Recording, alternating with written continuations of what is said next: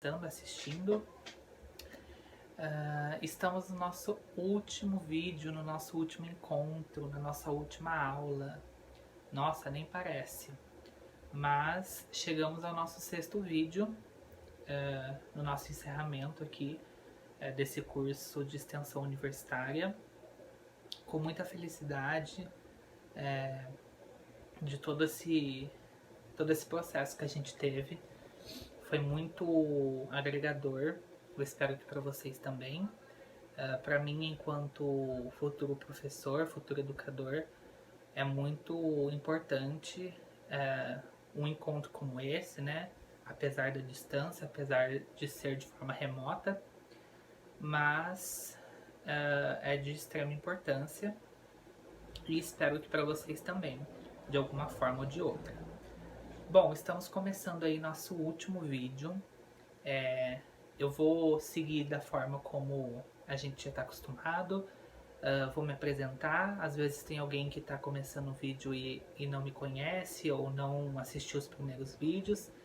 Já vou deixar indicado que tem uma playlist, né, com os vídeos desde o começo, desde o primeiro. Todos têm a mesma quantidade, né, 1 hora e 1 minuto no máximo. E estão disponibilizados aqui no meu YouTube. Então, se vocês quiserem começar pelo primeiro, fiquem à vontade. Mas se quiserem assistir esse também, não tem importância nenhuma, porque eu não estou seguindo uma ordem cronológica, apesar de tentar seguir uma sequência mais ou menos reta aí, um percurso mais ou menos com coerência.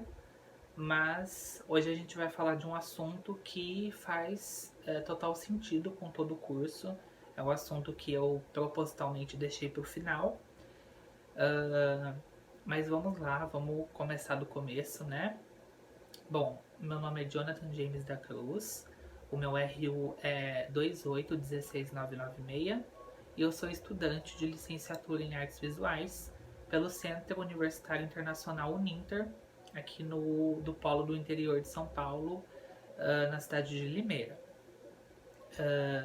Todo esse curso de extensão universitária, né, esses 6 vídeos que estão sendo produzidos, com todo esse conteúdo, ele tem como finalidade a área de diferentes contextos, né, essa área disciplinar de atuação em diferentes contextos, e hoje a gente vai falar bastante sobre isso. E ele é uma das modalidades do estágio supervisionado obrigatório, né, da minha graduação. E ele teve essa opção alternativa devido à situação pandêmica que nós estamos passando aí no mundo. Então foi disponibilizada essa opção de fazer na forma de um curso de extensão. Foi a forma que eu optei, que nada mais é do que realizar esse curso com os conhecimentos que eu estou adquirindo, que eu adquiri ao longo do curso, e transmitir eles voltados com ênfase para as áreas de atuação da licenciatura em artes visuais. Talvez alguns de vocês não saibam, mas eu já fiz um curso de extensão universitária intitulado Decodificando as Linguagens da Arte Contemporânea, e ele era voltado para o currículo do ensino médio, focado principalmente nos alunos, nos estudantes, mas também nos professores, enfim, em toda a equipe ali do contexto do ensino médio. Ele está postado aqui no meu YouTube, tem também 6 vídeos, contendo 1 hora cada um, tem uma playlist com todos eles. Fica o convite se vocês quiserem assistir. Ficou muito legal, eu consegui tratar de vários assuntos, e assuntos muito contemporâneos aí do nosso momento atual. Fiz também aquela repassada histórica, que é bem comum eu fazer, porque eu acho muito importante a gente marcar um ponto zero e poder voltar um pouco na história e entender por que a gente chegou até aqui. Então é algo que eu costumo fazer sempre nas minhas atuações profissionais. Provavelmente algo que eu vou fazer bastante aí no meu futuro profissional. Mas o curso está aí disponibilizado. Assistam, curtam, compartilhem. se vocês conhecem alguém que está no ensino médio, se vocês estão no ensino médio também, é muito bacana ter mais essa bagagem aí de conhecimento. Esse curso especificamente que a gente está tratando aqui, estamos já no nosso último, ele tem como nome Cultura Brasileira enquanto imaterial e popular, e ele tem como foco trazer esses elementos da cultura popular brasileira, né? É uma forma minha de homenagear e de enaltecer a cultura popular brasileira, trazendo vários aspectos aí contraditórios e problemáticos da sua sobrevivência e do seu início de formação aí desde um determinado período da nossa história até os dias de hoje, mais ou menos, a forma como a gente entende a cultura hoje. Mas eu trouxe todo esse conteúdo, claro, baseado numa referência bibliográfica. Afinal de contas, eu não trouxe isso da minha cabeça, não inventei. São pautas e são discussões que estão sendo trabalhadas aí nas áreas acadêmicas, nas áreas da intelectualidade, e eu tive várias referências, muitas delas são virtuais, são publicações, são trabalhos que foram aí disponibilizados. Inclusive vou deixar toda a referência bibliográfica, vou deixar todos os textos que eu pesquisei ou na descrição aqui do vídeo ou no primeiro comentário fixado para vocês poderem acessar, lerem com calma. Tem bastante texto, tem muito material do IFAM, né, que é um site de cultura aí brasileira muito importante. Inclusive a gente vai falar dele um pouquinho hoje. E tem do Centro Nacional Histórico do Folclore, que também é um site muito bom. Tem várias publicações e acervos falando sobre o folclore brasileiro. Então tem várias publicações que eu me baseei aqui, tanto por curso quanto por material escrito que eu vou produzir, disponibilizado aí nos comentários. E claro, tem os 2 livros que me impulsionaram a dar continuidade e começar mesmo esse curso de extensão. Eu sempre gosto de trazer eles aqui no comecinho do curso, para vocês terem uma ideia, ou também se quiserem depois procurar para adquirir. Eu acho muito importante. O primeiro é a Introdução às Culturas Populares no Brasil. É esse livro da editora Intersaberes, que é a editora que divulga, publica e disponibiliza os livros didáticos da minha universidade. E temos também o Sociedade, Educação e Cultura, da área de Ciências Humanas, da Uniaselv, né, que também é uma universidade que tem um polo aqui em Limeira, né? E os livros de lá são sempre assim, padronizado, né? Com essa mesma capa, só muda o título. E é um livro muito bom, sempre contém vários outros textos e referências dentro dele, falando de outros autores que tenham um pensamento parecido, para complementar mesmo a leitura do autor que escreveu. Mas esse aqui é um livro muito completo, é um livro que traz muitas informações de cultura. Inclusive eu não abri ele, né, para mostrar para vocês aí no decorrer do curso. E eu acho muito legal a gente ver o cuidado e a sensibilidade com que esses autores tiveram para a produção desse material teórico, porque é um livro muito bom, é um livro que eu acho assim que tem que ser um livro de cabeceira, um livro obrigatório para quem está iniciando estudos na área de ciências humanas ou quem trabalha com direitos humanos. Enfim, é um livro muito importante, na verdade para todo mundo, mas principalmente para quem está iniciando estudos aí nas ciências humanas. Toda abertura de capítulo tem o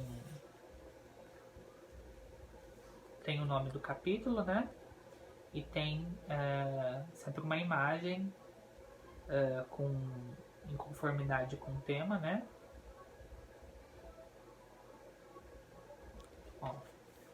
Então tem todo um cuidado, tem toda uma estética pensada, respeitando as diversas expressões e manifestações culturais. e trazem também vários relatos e informações sobre diversas expressões ao longo dos territórios brasileiros. Enfim, é um livro muito, muito bom. Tem um aqui na parte de artes também que é muito legal, né, nessa discussão de arte e artesanato que a gente já viu nos outros encontros. E que é muito, muito bacana mesmo pra gente ter a ideia dessa dimensão do quanto a cultura vai muito além do que a gente está acostumado a ouvir sobre, né? Então, umas imagens para vocês verem aí de artesanatos. Enfim, é um livro muito completo. Ele não é grande, então ele não tem uma leitura difícil. Traz também elementos das religiosidades que a gente tratou no vídeo anterior.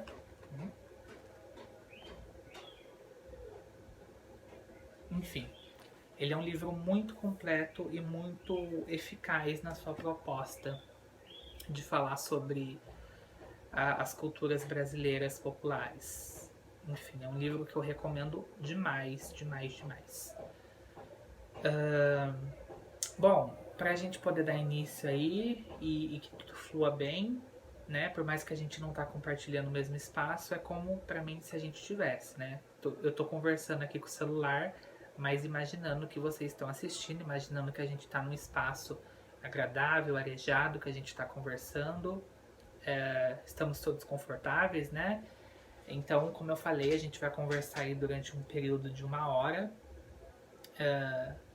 Pode parecer um pouco cansativo, então deixa um copinho de água, uma caneca com café, com chá, com suco, enfim, com o que vocês quiserem beber. É bom se hidratar aí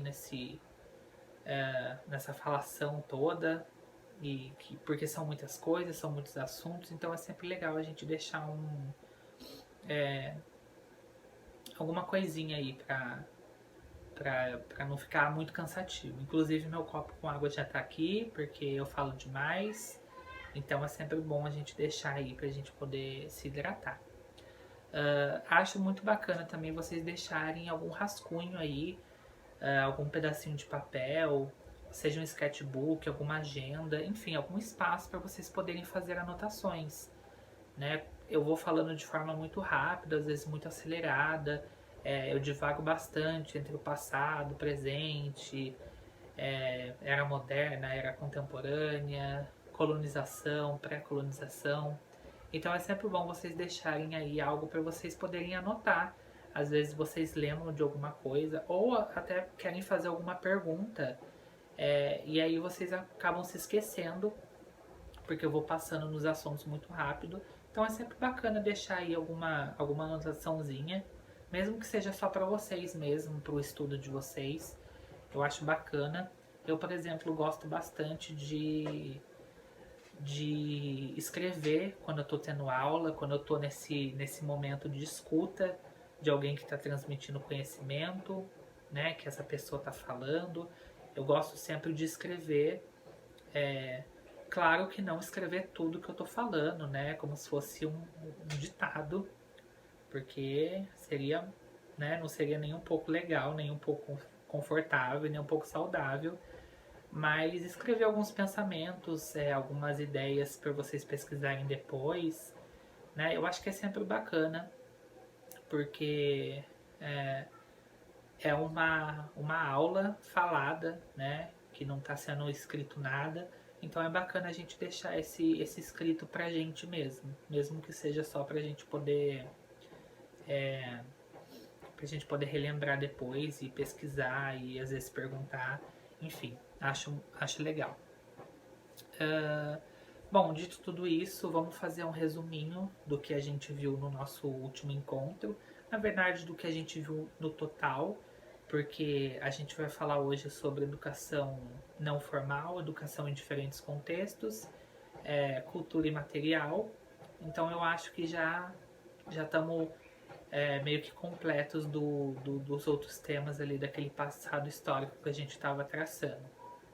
Bom, desde o primeiro vídeo, a minha intenção, né, da nossa primeira aula, minha intenção era fazer aquela reflexão super importante no nosso primeiro encontro, que era pensar o Brasil em sua formação inicial, né? Pensar em qual era a cultura expressada e manifestada num Brasil original, um Brasil antes de tudo, um Brasil de seu marco zero, mesmo que a gente não tenha a data específica, mas que a gente imaginasse essa data, que a gente recriasse esse Brasil, né? Como eram as pessoas que viviam aqui, qual era a etnia dessas pessoas, como era a moradia, a arquitetura, né, do espaço habitacional que essas pessoas estavam localizadas. Qual era a alimentação que essas pessoas tinham? Qual eram as formas de arte que essas pessoas se expressavam? Qual era a religião que essas pessoas expressavam? Enfim, tudo isso é muito importante porque a gente está falando de aspectos culturais. Alimentação, música, fala, religião, vestimenta, forma de pensar, forma de organização de trabalho. Tudo isso corresponde à área da cultura. Porque a cultura nada mais é do que formas de vida, né? Formas de saberes compartilhados, formas de pensamentos, comportamentos, né? Cultura é comportamento. Cultura é como a gente se comporta, como a gente fala, como a gente pensa, como a gente se direciona. E tudo isso está respaldado por fatores simbólicos, por fatores materiais e imateriais. Tudo isso está respaldado por... a gente pode até pensar em fatores políticos, ideológicos. Então, quando a gente pensa num Brasil inicial, num Brasil que não foi corrompido, num Brasil que não foi invadido, num Brasil que não foi colonizado, que não foi imperializado, né? Quando a gente pensa no Brasil, naquele Brasil que estava tudo bem antes de começar a tudo ficar conflituoso e problemático, é quando a gente pensa numa cultura pura, uma cultura de um Brasil que ainda existe, mas existe de uma forma muito invisibilizada e não naturalizada ainda hoje no nosso momento contemporâneo, né? É pensar numa cultura que tinha tudo para se desenvolver, que tinha tudo para ensinar pra gente, e ela ensina até hoje, mas teve um momento de ruptura ali quando ocorre a invasão ali dos portugueses, a chegada dos portugueses ao Brasil. Porque eu quis voltar nessa data crucial aí, nesse momento de um Brasil em que não existiam os portugueses aqui, em que Pedro Álvares Cabral não tinha chegado ao Brasil, porque a gente não sabe como era esse momento. Porque nenhum livro didático, nenhum material didático, nenhum filme, nenhum documentário, nada disso nos trouxe ainda essa informação para ela poder ser naturalizada no nosso currículo formal de educação. Se a gente perguntar para uma criança hoje na escola, mesmo nesse período de pandemia, com aulas online, e perguntar sobre esse início do Brasil, provavelmente ela vai falar que o início do Brasil foi quando chegaram, né, o navio de Veracruz e chegaram os portugueses, porque a gente está condicionado a lembrar do Brasil, da história do Brasil, a partir desse ponto em 1500 e que o Brasil foi descoberto pelos portugueses e tudo mais. Então, a cultura que a gente conhece do Brasil é uma cultura que começa a partir dos portugueses chegando aqui, a partir de uma cultura europeia, né, de um pensamento europeu que chega no Brasil. Mas como que estava esse Brasil antes? Qual era a cultura anteriormente propagada aqui no Brasil? A gente não tem conhecimento disso. A gente não sabe como isso aconteceu, né? E a gente está falando de uma cultura que é a nossa cultura. Era a cultura do Brasil, é a cultura do Brasil. Mas ela foi corrompida, ela foi substituída, ela foi ideologicamente demarcada, destruída, né? Por esse processo de colonização, de importação de uma cultura vista como superior, de uma cultura vista como culta, de elite, uma cultura boa, uma cultura angelical, espiritualmente elevada, enfim, chamem do que quiser. A cultura do Brasil, do nosso Brasil, em sua formação original, no começo de tudo, a gente nunca vai ter acesso a isso. E isso é muito triste. Isso é muito problemático da gente pensar. Que a gente não tem resquícios de como era a cultura antes de chegar uma outra cultura aqui. Uma cultura dominante, alienante e violenta. Né? Uma cultura que foi respaldando, né? Moldando como as relações sociais e como os indivíduos deveriam se comportar, respaldando qual cor de pele era melhor e digna de privilégios do que outra.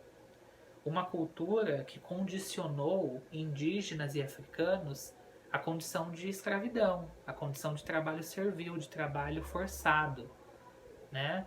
Que condicionou indígenas a perderem os seus nomes originais, né? Tiveram suas identidades alteradas, corrompidas, em nome de uma fé que não era expressada por eles, em nome de um Deus que eles não conheciam, que eles não queriam conhecer, não fazia diferença para eles.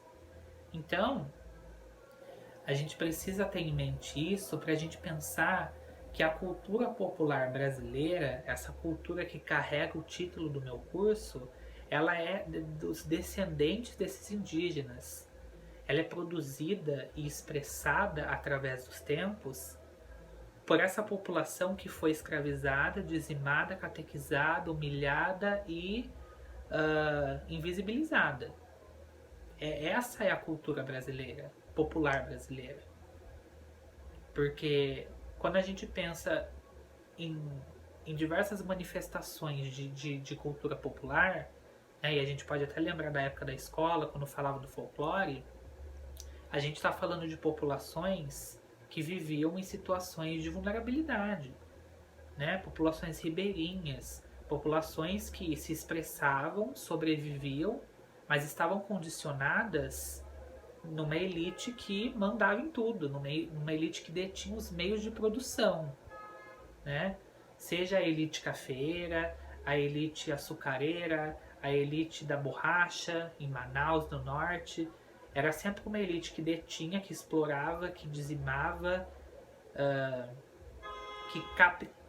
que capitalizava, né, em cima dessas pessoas.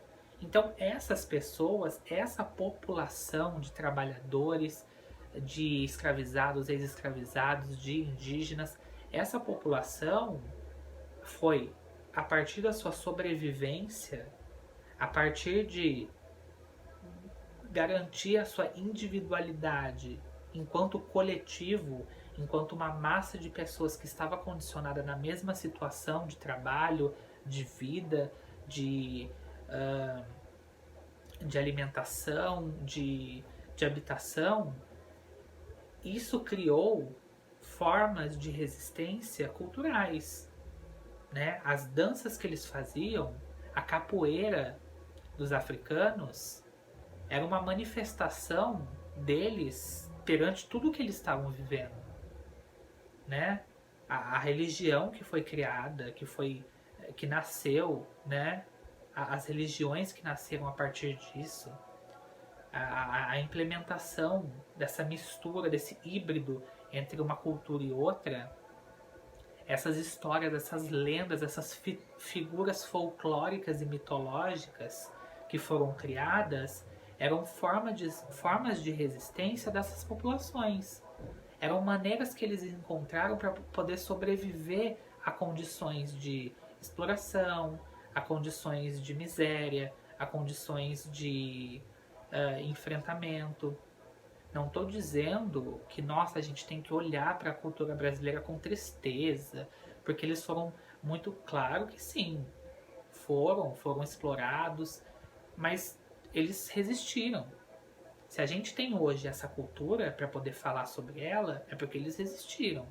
Então é uma forma da gente encarar isso e enaltecer e valorizar essa cultura, que a gente sabe que é constantemente atacada, é constantemente tentando ser invisibilizada, tentando ser apropriada, né, por membros de outras, de elite, por membros que não estão interessados em valorizar de fato essas culturas. Então, cultura popular brasileira nada mais é do que essa cultura feita por descendentes dessas populações originárias e de populações africanas que foram trazidas para cá em condições subhumanas e que encontraram formas de sobreviver, formas de resistência. E quando eu falo tudo isso, não é pra. Então eu tô falando tudo isso porque isso ficou lá no passado. Acabou, não tem mais isso. É claro que tem. A gente não tem escravidão, a gente não tem, aqui no Brasil. A gente não tem catequização forçada, né? Que a gente poderia chamar esse nome. Mas a gente tem exploração de trabalhadores, a gente tem racismo, tudo isso herança dessa época. Né? A gente tem xenofobia, a gente tem preconceito com a população indígena, que é a população original do Brasil. Porque a gente vive sobre essa reprodução cultural dominante. A gente vive reproduzindo um modelo de cultura que não é original do Brasil. Né? A gente tem o costume de relembrar e pensar na cultura popular brasileira só em época de folclore. Né? Só em agosto, só em junho que tem festa junina, que daí todo mundo gosta, festa julina. Mas passou isso, a gente não tem o costume mais de falar de cultura brasileira. Né? Porque muita gente até não sabe o que é a cultura brasileira de fato. Né? Claro que com o passar do tempo, várias culturas foram se surgindo, foram se incrementando. O contato com diferentes culturas também proporcionou isso, o multiculturalismo. E é nesse ponto que eu gosto de reforçar que a cultura não é estática. A cultura se transfigura, se ressignifica. Mas pensar em cultura brasileira, popular, de raízes brasileiras, é pensar numa cultura que nasceu a partir disso, a partir dessa resistência, dessa sobrevivência. E o como isso foi passado ao longo do tempo. Né? E o quanto isso também foi ressignificado. Né? A cultura brasileira, essa cultura brasileira popular, ela também teve novas interpretações e novos olhares com o passar do tempo. Isso é muito bom.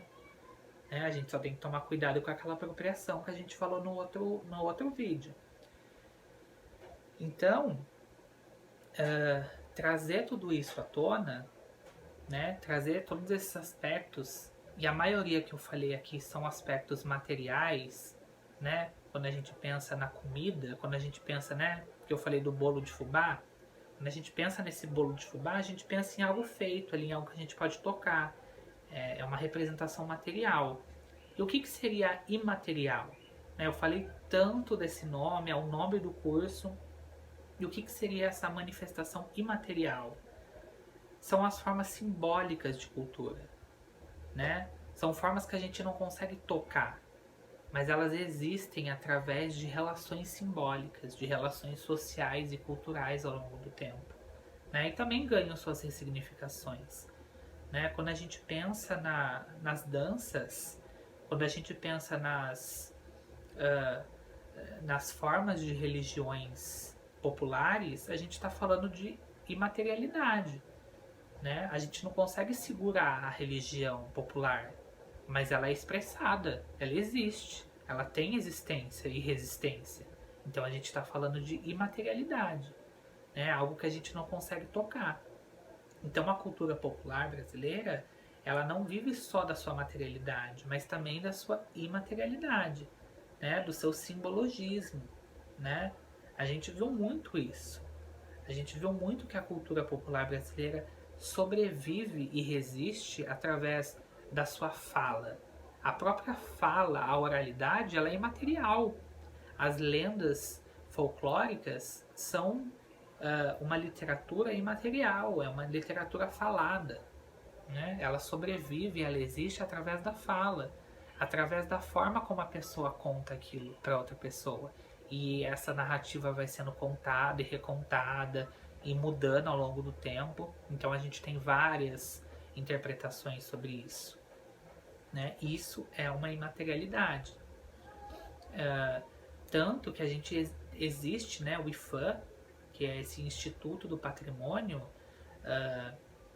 que, que faz esse tombamento de patrimônios históricos do Brasil.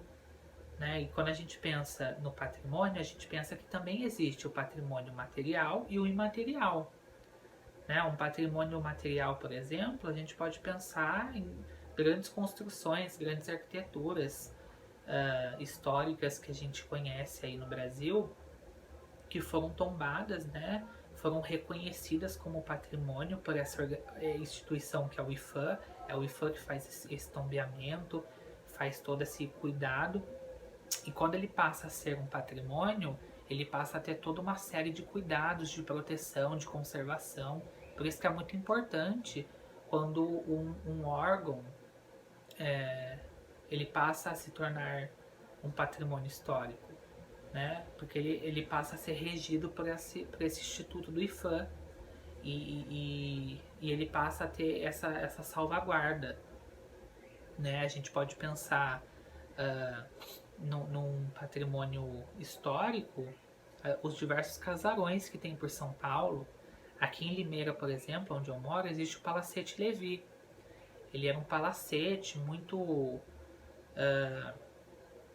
utilizado, muito famoso na região. Ele fica bem no centro e ele é um patrimônio tombado, ele é um patrimônio histórico. Né? Hoje ele funciona como parte da Secretaria da Cultura aqui da cidade, mas ele é um patrimônio histórico. Né? Ele tem um valor histórico e cultural que fazem dele ser um patrimônio, né? Ser algo que a gente precisa cuidar e precisa conhecer sobre ele. E um patrimônio imaterial, a gente pode pensar aí nas diversas danças que já foram tombadas como patrimônio histórico imaterial, né? Porque a gente não tem a estrutura para segurar, né? A gente sabe que existe, né? O folclore, por exemplo, é um patrimônio histórico imaterial, patrimônio cultural, né? E aí existem diversas formas de patrimônio. Existem o patrimônio arquitetônico, o patrimônio natural, quando a gente fala da biodiversidade, né? Dos elementos da natureza, o patrimônio artístico, o patrimônio cultural, enfim, há diversas formas de patrimônio, né? E um patrimônio pode ao mesmo tempo ser cultural, ser histórico e artístico, por exemplo. Quando a gente pensa em prédios históricos de São Paulo, do Rio de Janeiro, que carregam aí histórias de manifestações artísticas e culturais, por exemplo. Então, o trabalho do IFAM, nesse tombamento, nesse mapeamento de patrimônio, ele permite que existam e que a gente consiga pensar o quanto a cultura popular brasileira é importante. Porque a partir do IFAM trazendo esse registro oficial, a gente começa a entender e até ter conhecimento sobre diversas expressões que antigamente nunca seriam reconhecidas, hoje reconhecidas. Né? A gente tem o folclore reconhecido como patrimônio.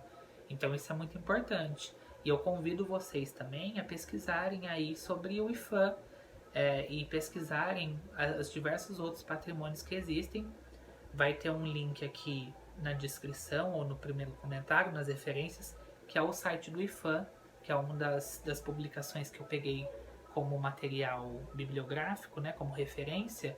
Então vocês podem, quando entrarem nesse site, darem uma pesquisada lá, que vão ter uma lista dos patrimônios e eles fazem essa pesquisa e quando surge um novo patrimônio, eles divulgam lá um novo patrimônio que foi intitulado, né, como patrimônio.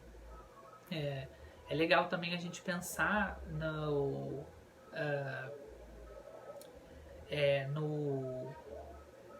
museu em Minas Gerais, que é um museu que tem a sua parte de construção arquitetônica, que tem as exposições, mas que também tem a área do jardim. E ele é considerado um patrimônio natural e também um patrimônio cultural, artístico e histórico. Né? Quando a gente pensa no... Eu me esqueci o nome do museu, mas é um museu muito... o Inhotim, quando a gente pensa na instituição do Inhotim, em Minas Gerais, a gente pode pensar num patrimônio natural também, né? Porque tem todas aquelas esculturas no jardim. O jardim também tem todo esse trabalho esse trabalho histórico, né? As exposições não ficam só dentro do espaço arquitetônico estrutural, também ficam na parte do jardim. Então ele também é considerado um patrimônio natural. Então é muito legal vocês fazerem essas pesquisas para descobrirem aí esses diversos patrimônios e como o patrimônio tem uma ligação direta com a cultura, né? Tanto com a cultura material e principalmente com a cultura imaterial. E aí a gente chega nesse ponto que eu queria muito trazer para vocês, que é a educação patrimonial, ou educação não formal, ou educação em diferentes contextos, enfim. Como eu falei durante toda essa sequência de vídeos, esse estágio, né, é voltado principalmente para a área de diferentes contextos. Mas eu não cheguei a explicar o que seria isso, né, o que seria esses diferentes contextos. Eu dei só uma pequena explanação, mas não foi o suficiente para a gente poder entender o contexto e também a grandiosidade desse tema e dessa proposta na área de educação. Então eu vou tentar dar uma explicada aqui de uma forma resumida, mas basicamente existe a educação formal. A educação formal é a que a gente está mais habituada, né? Ela segue todo um parâmetro de legislações, de lei, que é a educação infantil, a educação fundamental, o ensino médio e as universidades, né? O ensino superior, pós-graduação. Então é toda uma sequência de ensino que a gente está acostumado a estar mais habituado a conhecer, que é as escolas, né? São as instituições reconhecidas de formação educacional. Então quando a gente pensa na formação de um aluno, né? Passou pela creche, depois ele fez o primeiro, no fundamental, primeira série, segunda série, aí ele foi para o sexto ano, oitavo ano, ensino colegial. Toda essa sequência de formação da escola, né, ela é reconhecida como uma educação formal. Por que formal? Porque ela está baseada num currículo meio que pensado para todas as escolas, né? A gente tem a parte da educação municipal, que é sempre o ensino fundamental, ali até mais ou menos até o quinto ano, né? Quando os alunos têm 11, 12 anos, de 10 a 11 anos. E depois a gente já vai para o ensino público do estado, que é a educação a partir do sexto ano. E aí eles vão até o terceiro ano do ensino médio. E depois, é óbvio, né? Vão ter as universidades públicas e federais ou particulares. Mas enfim, eu quero que vocês pensem mesmo nisso que a gente está habituado, né? No ambiente da escola. Esse ambiente com o professor, com carteira, com a lousa, esse prédio aí respaldado ou pela prefeitura ou pelo governo. Isso tudo é uma educação formal, né? Uma educação que segue um currículo que é planejado ali por toda uma coordenação da escola, uma coordenação nas secretarias de educação. É um ensino que tem esse respaldo aí, muito marcado, muito bem delimitado e muito centralizado também. E a gente tem a educação não formal, né? Que é exatamente uma educação que ocorre fora do espaço da escola. E aí vocês poderiam, né, pensar, nossa, mas existe isso? Né? Existe essa educação que é fora da escola? E é nesse ponto que eu mais gosto, né? Que é trazer essa visão aí que às vezes muitas pessoas não têm. Eu até alguns anos atrás não tinha, mas quanto mais a gente pesquisa, a gente descobre que a educação formal ela ocorre em muitos lugares, né? Ela ocorre dentro de museus, quando a gente pensa no educativo do museu, né? Nos educadores que fazem todo o trajeto com o visitante, passando pelas obras, planejam, coordenam planejamentos educacionais para o público que visita o museu, né? E a gente pode pensar que tem esse nome educação museal, que é bem voltado para a educação dentro do museu. Existem as educações patrimoniais, que ocorrem em instituições, né? Quando a gente pensa aí nessa questão do patrimônio, então a gente pode pensar em museus históricos, a gente pode pensar em bibliotecas, enfim, esses órgãos patrimoniais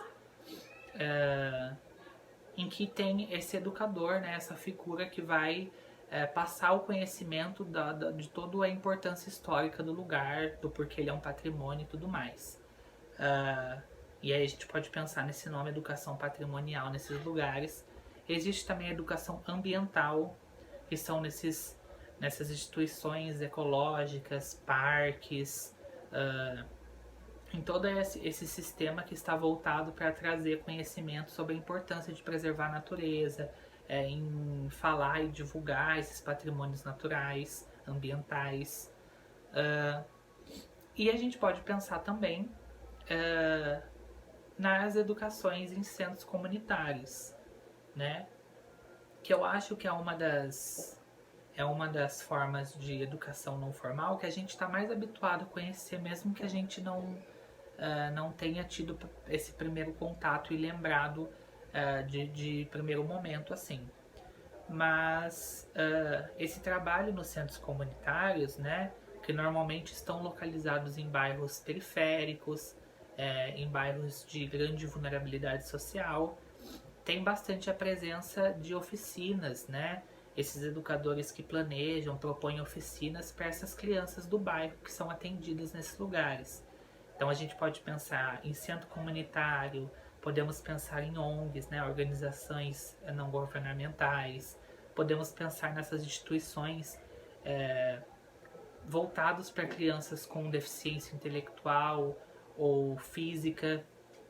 Enfim, todos esses espaços que não são regidos por esse currículo formal da sala de aula, acontece educação, né? Acontece transmissão de conhecimento. E esses lugares, eles têm uma questão alternativa da escola, né, do currículo formal, porque eles têm mais flexibilidade em tratar conteúdos e temas diferentes ali da escola, né? Como eu falei, a escola ela segue um currículo formal, padronizado, em que mais ou menos todas as outras têm que seguir também. Então, para um educador, para um professor, é um pouco difícil de sair desse assunto, porque ele é cobrado pela coordenação a passar esses conteúdos para os alunos, né? É um currículo que já vem pronto, ou vem pronto da Secretaria Municipal da cidade, ou vem pronto da Secretaria do Estado, nas escolas do governo, né? E quando a gente pensa numa educação não formal, por exemplo, quando a gente pensa num centro comunitário, né, que é um espaço muito mais debilitado de assistência mesmo, a gente pensa em formas de educação que não estão preocupadas com essa questão formal, com essa questão do aluno ir bem na prova, do desempenho da escola. A gente está pensando numa educação formativa para a vida da pessoa, né? E é claro que muito dessas crianças que vão nas oficinas, nos centros comunitários, que estão ali sendo assistidos por esses centros comunitários, eles também vão para a escola, eles também têm a educação formal, mas a educação formal não consegue suprir toda a necessidade desses alunos, né? Um professor numa educação formal, numa escola, ele pode até entender ali os problemas, né, as complexidades do aluno, mas ele não consegue dar conta dessa demanda, ele não consegue dar conta de passar um conteúdo diferenciado para um determinado aluno que precisa. Então, os centros comunitários, ou essas instituições, as ONGs, eles fazem esse trabalho, né? O educador, ele tem muito mais flexibilidade e muito mais espaço para atuar realmente para essa formação da criança, do adolescente, do adulto também, de pessoas da terceira idade. Então, é uma educação muito mais voltada para a formação da vida, né?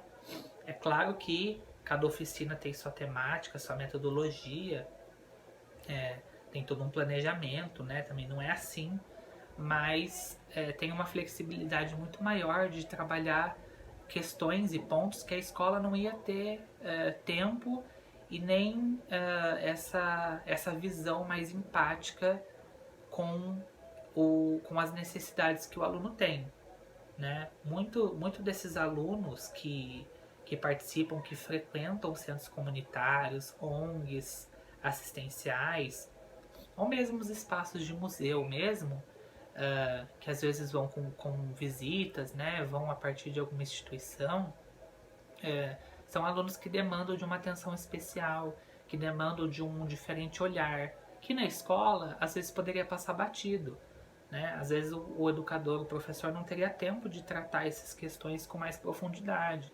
Então ele tem que passar a matéria dele para todos os alunos ali, né? Pensando em alunos de diferentes regiões, diferentes vivências, ele tem que passar tudo ali para esses alunos ao mesmo tempo.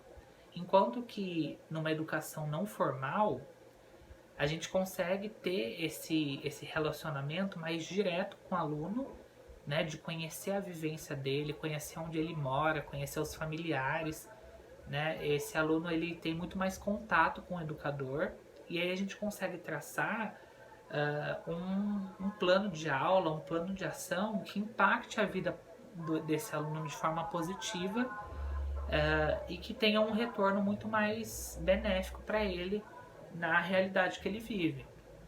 Por isso que eu digo que a educação não formal, né, esses diferentes contextos, ele nada mais é do que a atuação do professor em contextos diferentes do ensino formal, né, desse ensino mais padronizado, uniformizado, né? Claro que tem várias escolas com projetos de assistência, que tem esse olhar mais inclusivo, mas não são todas, né? Não são todas que têm isso. Porque, querendo ou não, a escola segue ali um planejamento, um plano curricular pedagógico, né? Que necessita que os professores tenham ali que se voltar completamente a traçar objetivos para os alunos saírem, tirarem notas boas, né? Tudo, na verdade, é voltado para que o aluno tenha notas boas, que o desempenho do aluno seja bom, que a escola tenha um desempenho bom ali. E às vezes fica faltando mesmo esse cuidado e essa sensibilidade em entender por que o aluno não está saindo bem na escola, né? Às vezes ele está indo mal em alguma aula por causa da realidade que ele tem, do que acontece na casa dele, por fatores externos. E a educação não formal, ela trabalha exatamente esse ponto, né? Em conhecer esse aluno, em conhecer a realidade desse aluno, social, econômica, cultural, né? Ver o meio no qual ele é cercado e a partir disso traçar planos para que ele consiga compreender os assuntos com aspectos voltados da realidade dele, da vivência dele, né? Então é muito poderosa essa forma de educação não formal, né? É um tipo de educação que ainda é muito deficitário, é pouco investido, é pouco valorizado, na verdade, né? O trabalho desses educadores, desses espaços ainda não é muito bem visto, ainda é visto como, né? Ainda com esse olhar de caridade, sendo que não é caridade, né? Na verdade é uma forma de transformação social através da educação, né? No meu caso em particular através da cultura, da arte, e é uma educação que tem sim crescido ao longo dos anos.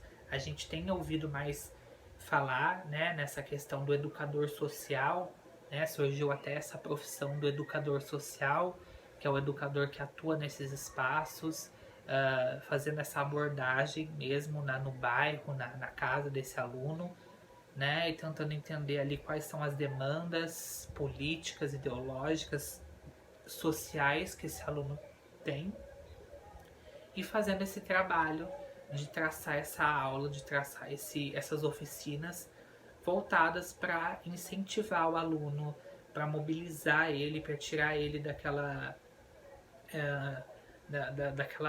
realidade que é tão difícil, né?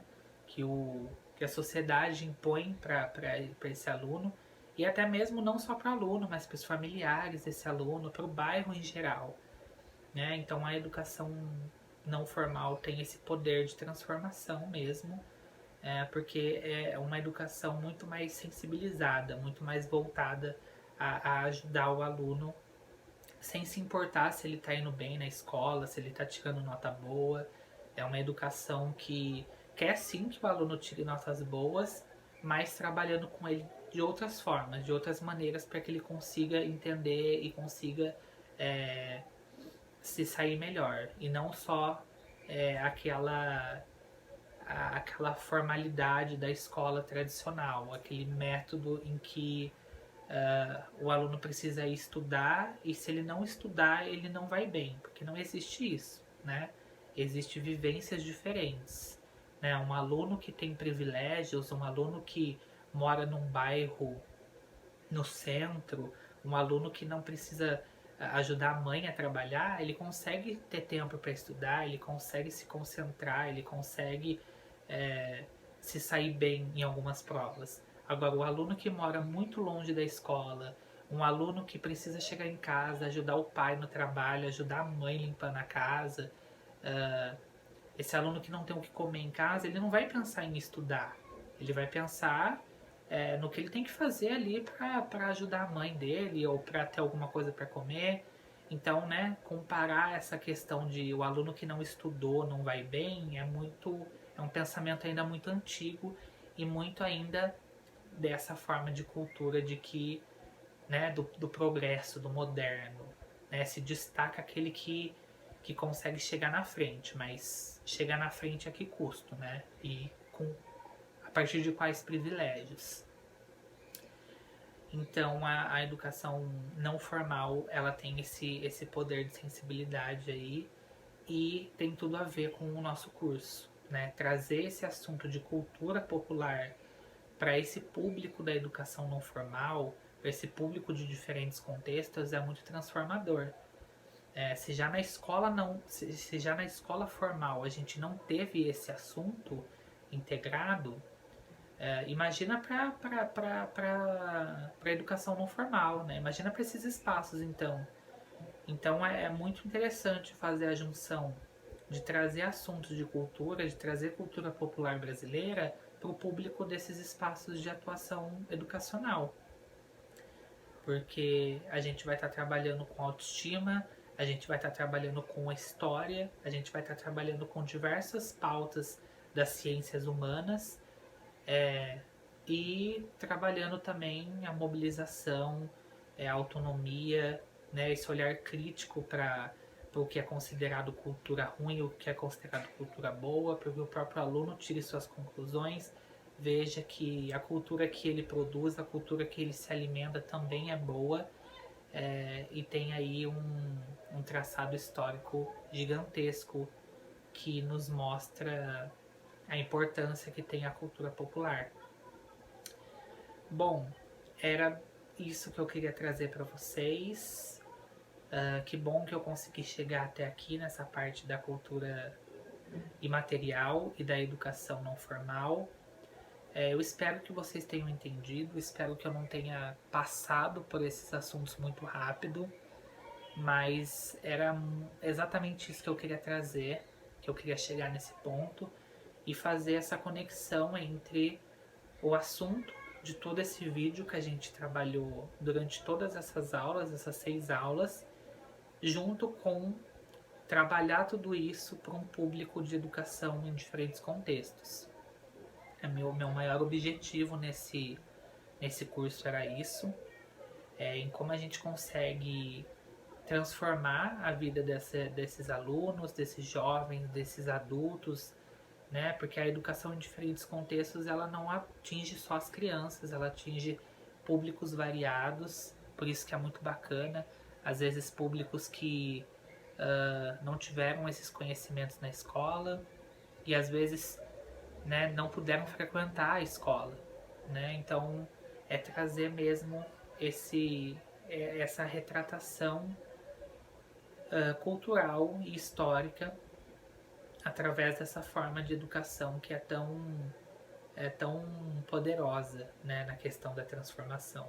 É claro que ela precisa muito ainda ser melhorada, muito ser incentivada, tanto pelos órgãos públicos, pelas políticas públicas, pelas associações de bairro, né, pelas próprias pessoas que frequentam, né, pelos diversos setores da sociedade aí, setores das secretarias de educação, das secretarias de cultura, mas é uma opção que nós temos aí para trabalhar esses assuntos de empoderamento, esses assuntos de reparação histórica, de entender o lugar da cultura no Brasil e o quanto ela é importante, o quanto ela representa para a nossa história e trazer isso para esse público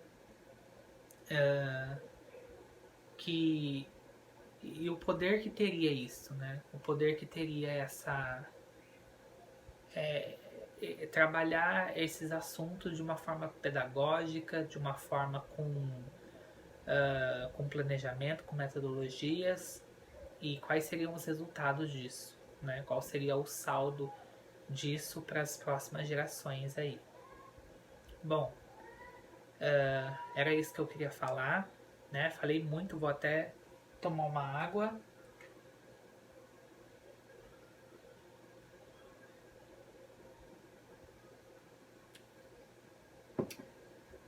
Mas foi muito bom. Infelizmente chegamos ao fim do nosso curso. Já passamos aí pelos 6 vídeos, né?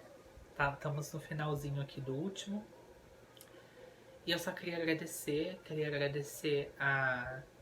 ao Centro Universitário Internacional Ninter pela oportunidade de eu compartilhar os meus conhecimentos com outras pessoas e poder ter essa plataforma para poder trazer esse curso e todos esses conteúdos que eu trabalhei aqui, tanto esse quanto o outro que eu já fiz. E queria agradecer também a Sandra, né, que é a minha coordenadora do estágio, por ter me ajudado nessas questões mesmo técnicas, né, de encaminhamento aí, de documentação. Ela me ajudou muito com isso. Queria agradecer também a minha irmã, a Briana, por ter me ajudado aí na edição dos vídeos, na parte tecnológica, porque eu não sou muito bom nisso. E queria agradecer a vocês que assistiram, que disponibilizaram aí, né, bastante tempo aí da rotina, do dia a dia de vocês, para ter essa conversa, para ter essas reflexões sobre a cultura brasileira. Que sigamos aí falando mais sobre isso, que o assunto não se encerre aqui, que a gente possa continuar pensando e falando sobre isso. E já deixo o convite aí a curtir o vídeo, né? Não para minha promoção pessoal, mas para que esse vídeo possa chegar em mais pessoas, para que esse vídeo alcance aí um número bem alto de pessoas, para que as pessoas possam entender sobre isso, compartilhar sobre isso. Compartilhe também, às vezes você já até frequentou algum centro comunitário, já, né, passou por uma educação museal, né, em algum museu. Valorizem o trabalho desses educadores sociais, desses educadores museológicos, desses educadores de centro comunitário, desses arte educadores, porque é um trabalho muito bonito, com muita luta, mas muito poderoso e muito transformador. Então sigamos na luta aí por, por mais visibilidade cultural e por um Brasil que reflita e repense sobre a sua história, né? Sobre seus povos, suas etnias, suas culturas. E é isso, né? Menos intolerância, menos preconceito, menos etnocentrismo e mais empatia, mais escuta, mais amor, mais educação e mais informação e cultura para todo mundo. É isso. Vou ficando por aqui. Um beijo e até uma próxima vez.